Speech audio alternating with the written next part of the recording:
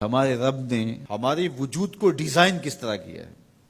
ہم جب کھانے لگتے ہیں تو سب سے پہلے ہم اس کھانے کو دیکھتے ہیں، اس کے اوپر کوئی نجاست تو نہیں لگی، کوئی غلاظت تو نہیں لگی۔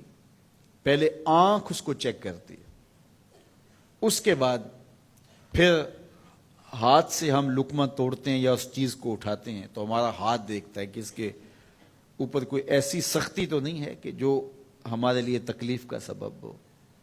پھر مالک نے ہماری ناک کو ہمارے منہ کے قریب رکھا ہے۔ ہماری آنکھیں دیکھتی ہیں، سونگتی نہیں ہیں۔ ہمارا ہاتھ پکڑ کے محسوس کرتا ہے لیکن سونگتا نہیں ہے۔ اب اس چیز کو ہم اپنے منہ کے قریب لانے لگے تو سب سے پہلے جو ہے وہ اس کو اس سینسر سے گزارا گیا کہ اس کے اندر کوئی معمولی سمیل بھی ہوئی تو یہیں سے چھوڑ دیں گے۔ لائے تھے ہم حلال رزق سے، لیکن پھر بھی ہم نے اس کو آنکھ سے چیک کیا، پھر ہاتھ نے چھوا، پھر سونگا۔ اس کے بعد پھر اب ہم زبان پہ رکھیں گے۔ اب ہمارے رب نے زبان کو 3 حصوں میں تقسیم کیا ہے۔ زبان کی جو نوک ہے اس کے اوپر نمکیات کو چکھنے کے ذائقے رکھے ہیں۔ زبان کا درمیانہ حصہ جو ہے یہ مٹھاس کا احساس کرتا ہے، اور حلق کے قریب جو حصہ ہے یہ کڑواہٹ کا احساس کرتا ہے۔ تو اب اس کو زبان پر رکھ کے چکھا کہ یہ بد ذائقہ تو نہیں ہے۔ اب زبان نے بھی کہہ دیا کہ اس کا ذائقہ بھی ٹھیک ہے۔ اب دانتوں کی چکی میں پیسا کہ اس کے اندر کوئی ایسی چیز تو نہیں ہے کہ جو تمہارے معدے پہ شاک ہو۔ پھر تمہارے حلق سے نیچے اترا۔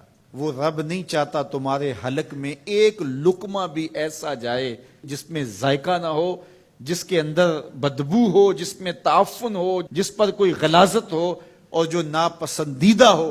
تمہارا رب چاہتا ہے تم طیب لو، ستھرا لو، تاکہ تمہارا ظاہر بھی ستھرا ہے، تمہارے وجود کا حصہ بننے والی غذا جو ہے وہ بھی پاک اور ستھری ہو۔ تمہارا رب تمہیں صاف دیکھنا چاہتا ہے، صاف رکھنا چاہتا ہے۔ یہ تمہارے لیے اس رب کی تلقین ہے کہ تم صاف رہو۔ جو کھانے کا وضو ہے وہ ہاتھ دھونا ہے اور کلی کرنا ہے۔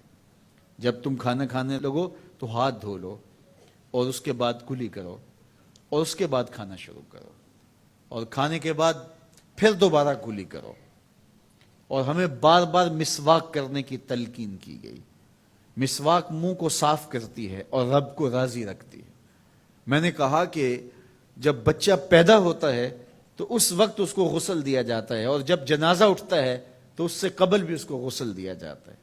غسل سے کہانی شروع ہو کے غسل پہ ختم ہوتی ہے۔ اور ادھر صفائی اور ستھرائی کی کہانی یہ ہے کہ جب تک بچہ اپنے دانت صاف کرنے کی اہلیت نہیں رکھتا اتنی دیر تک دانت ہی نہیں اگتے، اس لیے کہ اب یہ صاف نہیں کر پاتا۔ اور جب وہ صاف کر پائے گا تو پھر دانت اگنا شروع ہوں گے، اور پھر ان دانتوں کو ہر لحاظ سے صاف رکھے، ان کو ستھرا رکھے۔